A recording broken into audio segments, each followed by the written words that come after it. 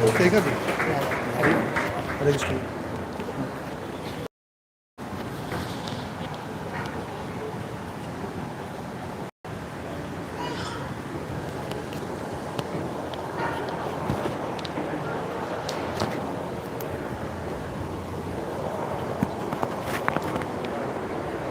Hare Krishna. I'll offer you a few prayers and then we'll begin. Om Agyantimirandasya Gyananjanashalakaya Chakshurunmilitam Yena Tasmai Shri Gurave Namaha Shri Chaitanya Manovishtam Sthapitam Yena Bhutale Swayam Rupa Kadamayyam Dadanti Swapadantikam Vandeham Shri Guru Shri Yutaha Padakamalam Shri Gurun Vaishnavamscha Shri Rupam Sagrajatam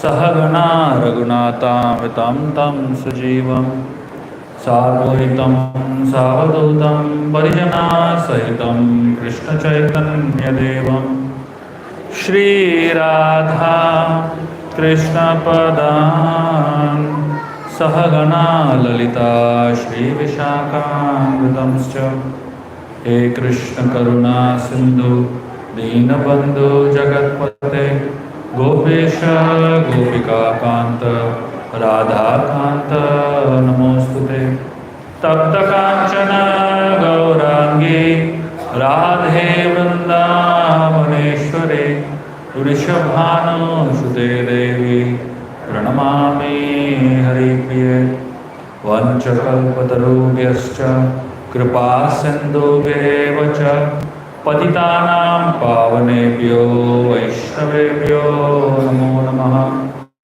Jai Shri Krishna Chaitanya Prabhu Nityananda Shri Advaita Gadadhar Shri Vasadi Gaur Bhaktavrinda Hare Krishna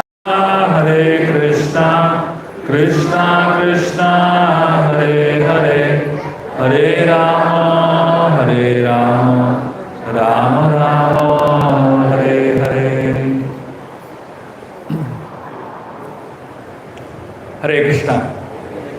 I'd like to welcome all of you all to ISKCON Janmashtami program. Very, very grateful and honored to be here. And I am so happy to see so many of you all come together to celebrate Krishna's birth. For the next 45 minutes, I want all of you to stop looking at your phones, to stop looking at your watches, to stop looking here and there. Just focus on what I am going to speak. I know there is going to be a lot of distraction. Somebody will cry, somebody will laugh, somebody will fall down. So many things may happen in the next 45 minutes. But I would really request you all to just pay attention for the next 45 minutes. It might change your life. Okay? So I hope all of you all are geared up and ready for it. I can assure you, if you all pay good attention, there is going to be very, very delicious prasad waiting for you all after 45 minutes. Then you can freak out. Okay?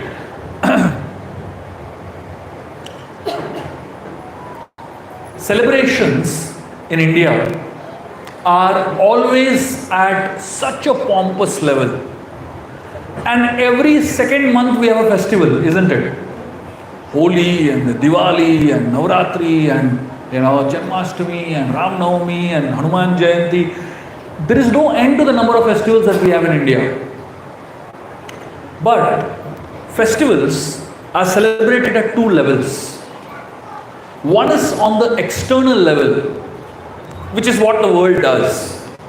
If you come to Bombay and you attend the Ganesh festivals that happen there, it's chaotic sometimes. People don't even know why they're dancing. People don't even know why they're celebrating the festival. It is so sad many times. But the same festival can be done on an internal level. There are two levels of celebrating any festival in the world. whether it is Janmashtami or Diwali or any other festival for that matter, the outer level of celebration is what everyone does. In ISKCON, we recommend people to celebrate festival on an internal level also. Now, what do I mean by internal level of celebration? That's what we're going to be discussing today. Okay? The idea of Krishna Janam is connected to an external event and also connected to an internal event. Externally, Krishna was born in a jail in Mathura. Now you might say, somebody sitting in Goa, why do we have to do celebration of some event that happened in Uttar Pradesh? Is there any connection between us and that? There is, on an internal level. All of us today that are sitting here in this hall to celebrate Krishna's birth, the idea is that we are here so that Krishna can be born in our hearts. Krishna's birth is not called birthday. It's called Janmashtami. It is also called as Appearance Day of Krishna. What is the meaning of appearance? Appearance essentially, just like the sun. Is the sun born? No. The sun just disappears and it appears, right? So right now when the sun sets in India, it is appearing somewhere else in America. So similarly, when Krishna apparently appears in this world, somewhere else his pastime is also winding up. And another place the pastime again is going to start. So Krishna keeps appearing and disappearing like the sun. And therefore, the birth of Krishna in our life is a very big festival. And we are all here to allow Krishna to be born in our lives. Goa is a happening place, isn't it? Today morning as I landed in Goa airport, I could see the excitement in so many people who just landed in Goa. They're just waiting how I'll go and enjoy in the beaches of Goa. And as I look at them, I feel sad for them. Because, again, Goa is at two levels. One is the external level of Goa, and then there's an internal level of Goa. Externally, people see the beaches and people see all the media hype and the movies talking about it and all that. But all of you all sitting here in this Janmashtami event, you're actually seeing another level of Goa, which is on an internal level, which is a deeply spiritual level. Goa is called as Parashuram Kshetra. This is the land created by Lord Parashuram.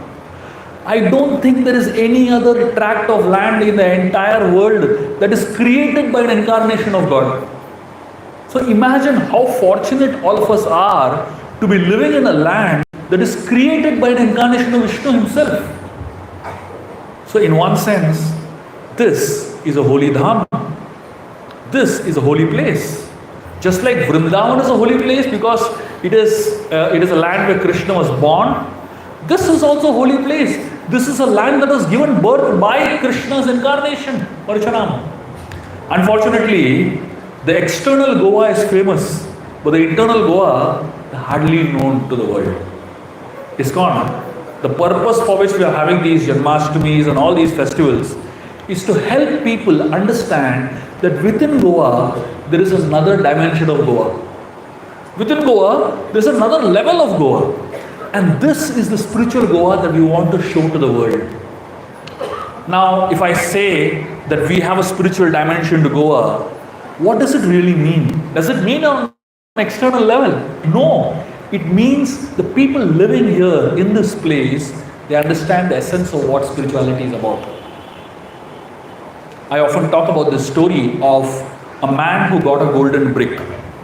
This man, he found a golden brick somewhere and he loved it.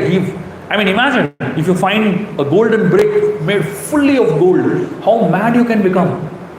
And this man was so excited. These were days when there were no bank lockers. He had to hide it somewhere to preserve it. So he went behind his backyard of his house and dug a hole and kept the brick inside that hole and covered it and kept. Every single day he would go back, open that hole, look at the brick, admire the brick, and he will feel so happy that I have a golden brick with me. And again he would put it back, close it, and go back. Every day he was coming and doing this. One day, one man saw this guy doing this and he realized this guy is crazy. If you have a golden brick, what will you do with it? Obviously you'll use it in some way, right? With the money that you can make out of it, you can sell it, you can do so many things with it. You can invest it in a business, so many things. But this guy was just admiring it and keeping it back. The next day, this fellow took out that golden brick and replaced it with an iron brick and went away. So this guy came back with great excitement, opened it up, and he didn't see his golden brick, he saw an iron brick. He began to cry. He was so sad. He said, I lost my golden brick, I lost my golden brick. He was very sad. And that's when suddenly this man comes out and he says, don't worry, your golden brick is with me. And he gave it back. He said, tell me, what is the difference for you if inside this hole there is a golden brick or an iron brick? Both are same. You're not using them anyways. So might as well keep an iron brick over there. That's when this man realized the value of the golden brick is useful as long as you actually put it to use. Spirituality is like a golden brick. For a lot of us, we always admire how great India is, how great our culture is, how great spirituality is when festivals come. Every festival, we take out the golden brick and say, Are dekho, dekho, we are so fortunate, we have such a great culture, we have such a great heritage, and then we put it back in. We don't really know how to use this golden brick that we have. We don't even really know what is the benefit of this golden brick that we have. Srila Prabhupada, the founder of ISKCON, he went to London once. And when he was in London, he met a British reporter. And this British reporter asked Prabhupada a question. He asked him, why have you come to London? Now imagine, Britishers ruled us for so many years, so many centuries. And after 200 years of ruling India, when one Indian sannyasi goes to London, the Britishers is asking, why have you come here? And Prabhupada gave a fantastic answer. You know what he told him? He said, I've come here to give you what you forgot to take from us. Britishers took a lot from us, you know. It is said the Britishers took roughly 7 shiploads filled with gold from India. 7 shiploads filled to the brim with gold. So practically today what you see as Britain is Indian money. And now you can see how Indians only are ruling in Britain in one sense. So Prabhupada, what did he say? He said, I have come to give you what you forgot to take from India. And what did they forget to take? They forgot to take Bhagavad Gita. They forgot to take the knowledge that India represents. India is not just a land. We celebrated Independence Day with great fervor, showing flags and thousands of people showing flags. What is the spirit behind India? If you don't understand the spirit behind what Bharat represents, we are not just an economic superpower. We are not here to become a developed nation. We were an advanced nation already. Today, what we are is because we have forgotten what we were. The day we remember what we were, Guru Murthy ji is a very, very exalted and a very scholarly economist. And according to Sri Guru Murthy ji, India, if you actually study the economic strength of the entire country for 3,000 years, this is before the British and the Mughal era. If you actually study India, India was the top economic country in the entire world for a constant period of 3,000 years. And that economic superpower, where did it come from? It came from a very simple fact that India was a family-based economy. What is the meaning of family-based economy? Family-based economy means in every family, the one that actually runs the house is a wife. Isn't it? Even now to a great extent, that's the reality of India. And the second understanding of family-based economy, or it's also called a feminine economy, is the fact that probably the only country in the entire world which talks about saving money is India. If you actually look at all other parts of the world, people don't save money. Monday to Friday, what they earn, Saturday, Sunday, they spend it. That's the reality of the world all over. But India is the only country where people talk about savings. Why? Why? Simply because of one simple reason. India believes in investment for the future. Pain today so that there is pleasure tomorrow. But the Western world, they believe pleasure today, forget tomorrow. Isn't it? That's the logic. So if you look at where did this philosophy come in Indians, pain today, pleasure tomorrow? The philosophy came because this is what Bhagavad Gita teaches us. This is what spirituality is about. Follow a life of discipline today, so that tomorrow, this life of discipline that you live by will give you great benefits. And Indians are very good at investments, right? They are very good at planning their future. So we have career planning, we have financial planning, we have family planning. But the biggest planning that Indians do is they plan the next life also. No other country in the world talks about planning for their next life. In India, we plan our next life very carefully. I'll give you some examples. There is a place in India known as Gaya, and there's a place known as Kashi. So these are very special places. Kashi is a place where it is said, if anybody dies in Kashi, Lord Shiva personally chants the name of Ram in their ears. So a lot of Indians go to plan their death in Kashi. Kashi mein jaake marna hai. And somebody has created a business out of that desire also. There is a guest house in Kashi where you can go to die. And in that guest house, they give you 14 days time to die. In 14 days, if you don't die, you have to check out. And Indians plan, imagine, they can plan their death also. In 14 days, they die actually. There is one guest house manager who is running that guest house for many decades. He has seen 20,000 deaths in front of his own eyes. That is the level of planning Indians can do. Imagine, to plan birth and death is easy. But Indians are expert in planning that also. Why? Because they know dying there is important not for this life, it is for their next life's practice or next life's security, basically. That is the extent to which Indians are ready to invest today for a better tomorrow.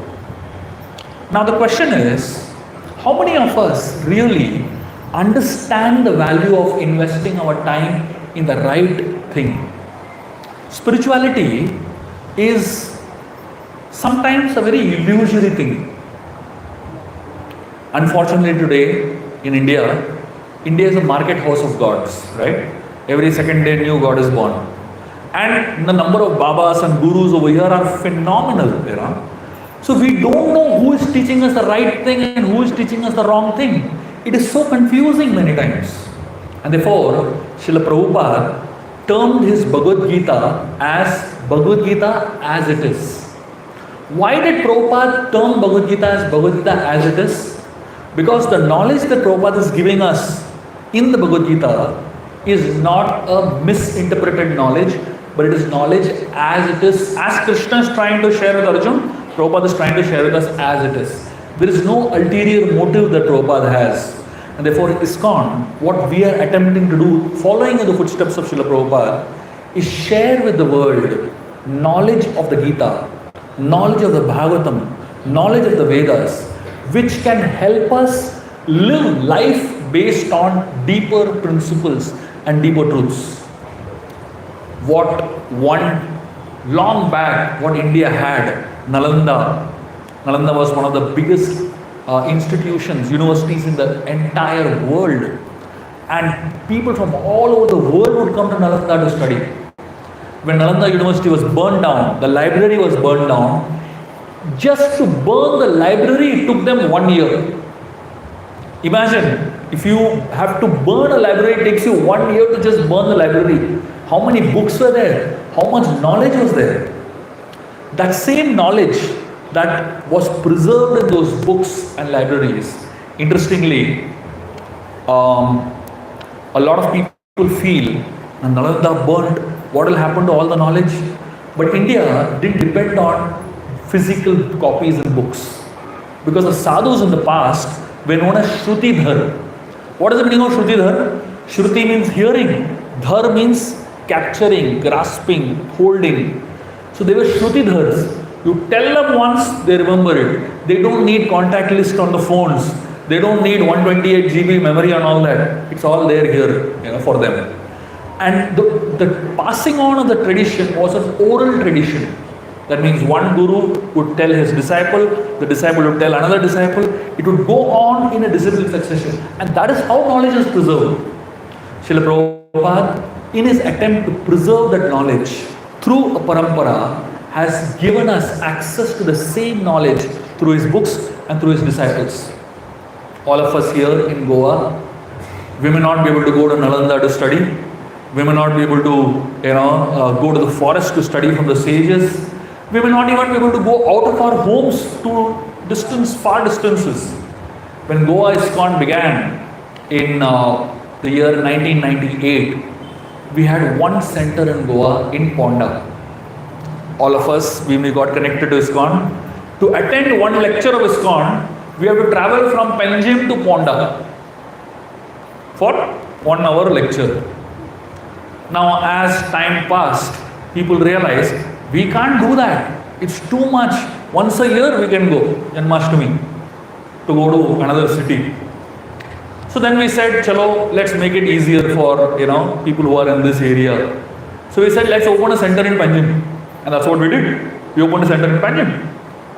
And then people in Porvorim, they said, too far.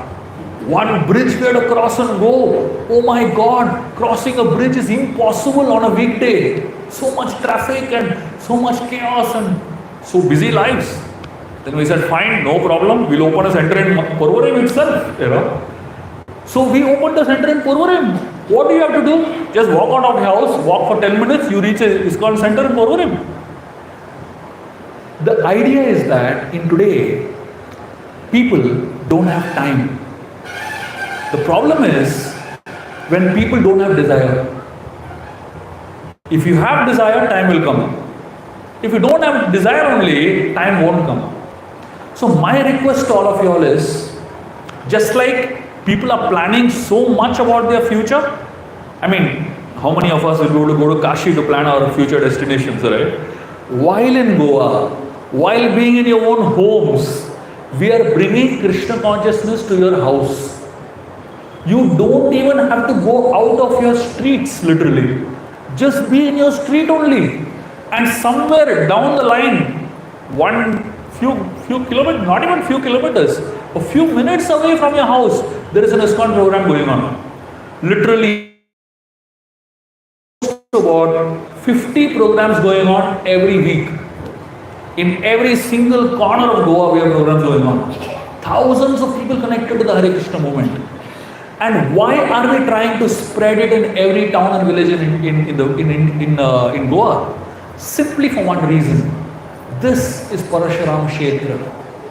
Externally, Goa is famous. Let us now make Goa internally famous.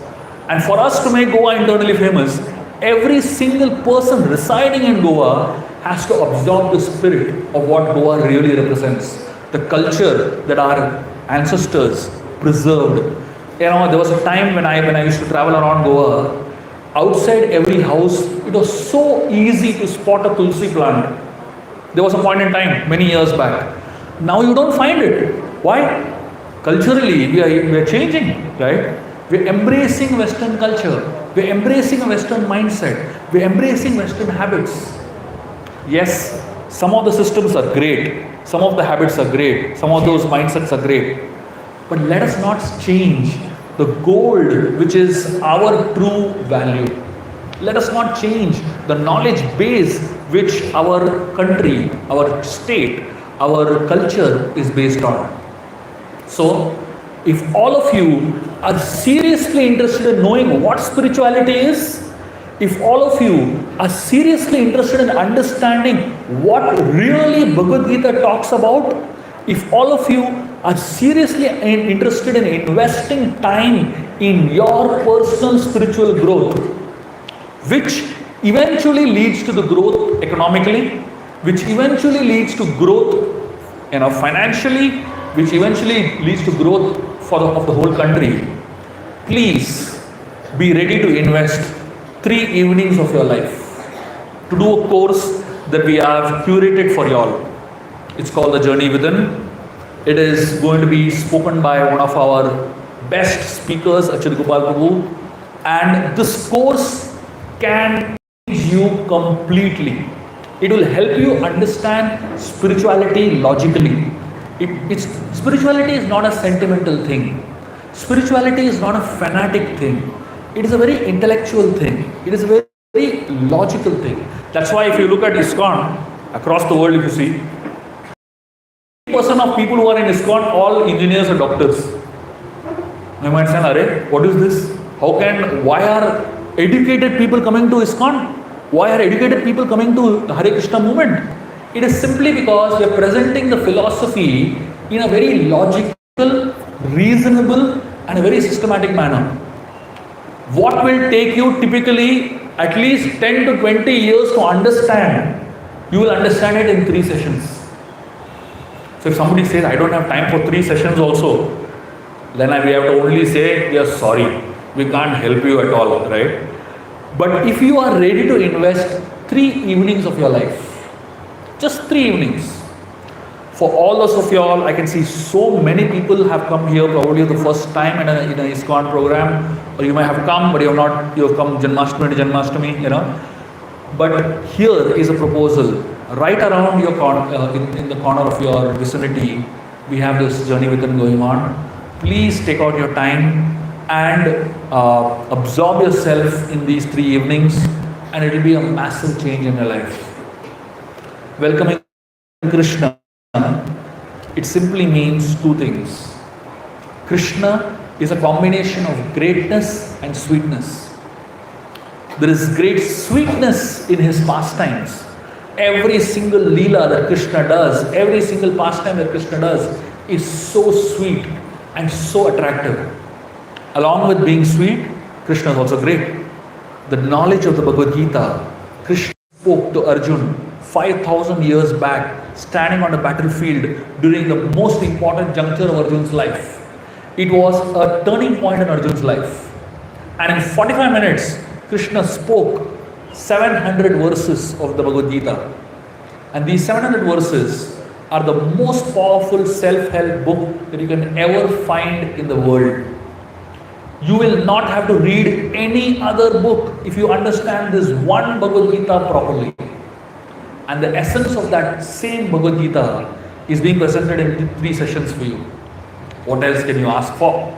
You can't get a better crash course than this on understanding Gita. Gita is spoken by Krishna so intelligently. It's not that previous day Krishna was by-hearting verses to next day, It's not like that. Krishna spoke it spontaneously, without preparation. For all of us, we need so much preparation to speak for 15 minutes. And Krishna spoke a spontaneous 45-minute lecture, giving the entire Bhagavad Gita in 700 verses. 5,000 years later, even today, we are trying to figure out what he spoke that day. So, if all of you are really interested in understanding Krishna's greatness and experiencing Krishna's sweetness, please join us. We are giving you a open invitation, and we would love to help all of you to experience both Krishna's greatness and Krishna's sweetness. And this is the best way to celebrate Janmashtami in your life. So if you are really interested in not just celebrating Janmashtami externally, which we already did, but if you want to celebrate Janmashtami internally, which is by giving birth to Krishna in your life, please come and invest your 3 evenings with us. I'll end with a very sweet story. It is always said that the ending should be very sweet, right? So I've kept the sweetest ending for the last. And this is one of my favorite stories of Krishna, which I'm going to share with you all. This story will actually make you all think a lot about what Krishna means to us and how eager Krishna is ready to connect with us. The story is about Krishna's birthday celebration. When Krishna was about 5 years old, there was a birthday celebration happening in Vrindavan. Nanda Maharaj had organized a big birthday celebration, invited everyone from Vrindavan to come and participate in the birthday. And all the Vrajavasis from across Vrindavan came together to celebrate Krishna's birthday. And all the friends of Krishna came, small boys. And these little boys, they loved Krishna so much. Each one of the boys got a small gift for Krishna. And the gifts were so simple. One boy, he came to Krishna and gave him one flower. And the speciality of the flower was, it was a 3-colored flower. When Krishna received the little 3-colored flower, Krishna loved it so much. He said, wow, this little boy, okay, he has given me this 3-color flower. He ran around showing everyone what his friend has given him. Another friend came to him and put a tilak on Krishna's head, made up of cow dung tilak. So thrilled that my friend gave me a cow dung as a gift, and he ran around telling everybody how much love this friend has for him. So like that, everyone gave Krishna small little gifts. Now, Krishna wanted to give his friends something in return, a return gift. So Krishna went to his father and mother and he asked them, I want to give my friends something. They gave me such precious gifts, such valuable gifts. And the mother and father, they knew that on Krishna's birthday, he is going to ask for sure for some return gift. And Nanda Maharaj and Yashoda Mai had kept the entire room filled with gifts. So many gifts from so many parts of the world, they assembled together. Why? So that Krishna can give it out to his friends. And Krishna went and saw all the gifts that were put together. He didn't like any of them. And they were precious gifts. There was a shawl from a country from the north. There was conches, big conches from the deepest oceans, and such precious stones. But Krishna couldn't look at any of the gifts. And he was comparing the little flower that he had in his hand to all these precious gifts. He said, compared to this flower, this is nothing. And he was crying, I can't give my friends anything suitable. And Nanda Maharaj and Mother Yashoda were feeling so sad that they are not able to give Krishna anything in return. Or rather, they are not able to give Krishna something that he could give to his friends. And that's when Balramji, the brother of Krishna, he got up. And he gave Krishna a very brilliant idea. He told Krishna, in fact he asked Krishna a question. He told Krishna, Krishna, what do you have that your friends don't have? Krishna started thinking, what do I have that my friends don't have? He was thinking. Suddenly he got an idea. He ran to his friends. He caught hold of one of them, Bhadra, his name was. He jumped and embraced Bhadra. And he said, Bhadra, I am yours. What did he do? He gave himself. That boy gave one small tilak to Krishna. And what did Krishna give in return?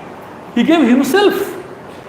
Imagine when we invest a little bit for Krishna, what will Krishna give us? He will give us something that we don't have.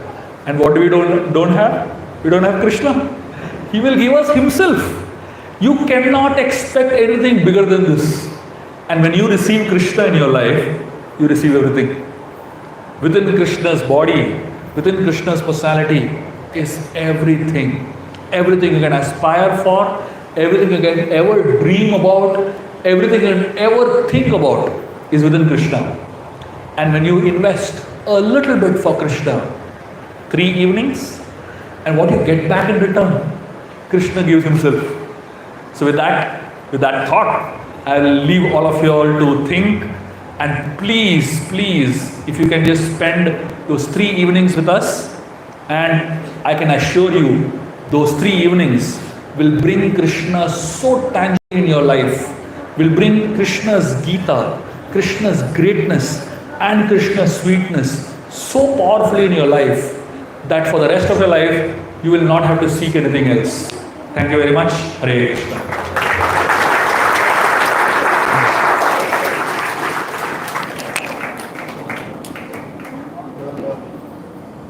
I thank wholeheartedly His Grace Shrodadas Prabhuji, who enlightened us with authority and clear doubts. I take this opportunity to thank him on behalf of you. Thank you. Thank you.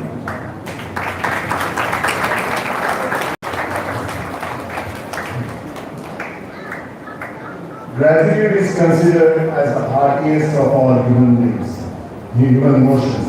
We take this opportunity to express our gratitude to all because of whose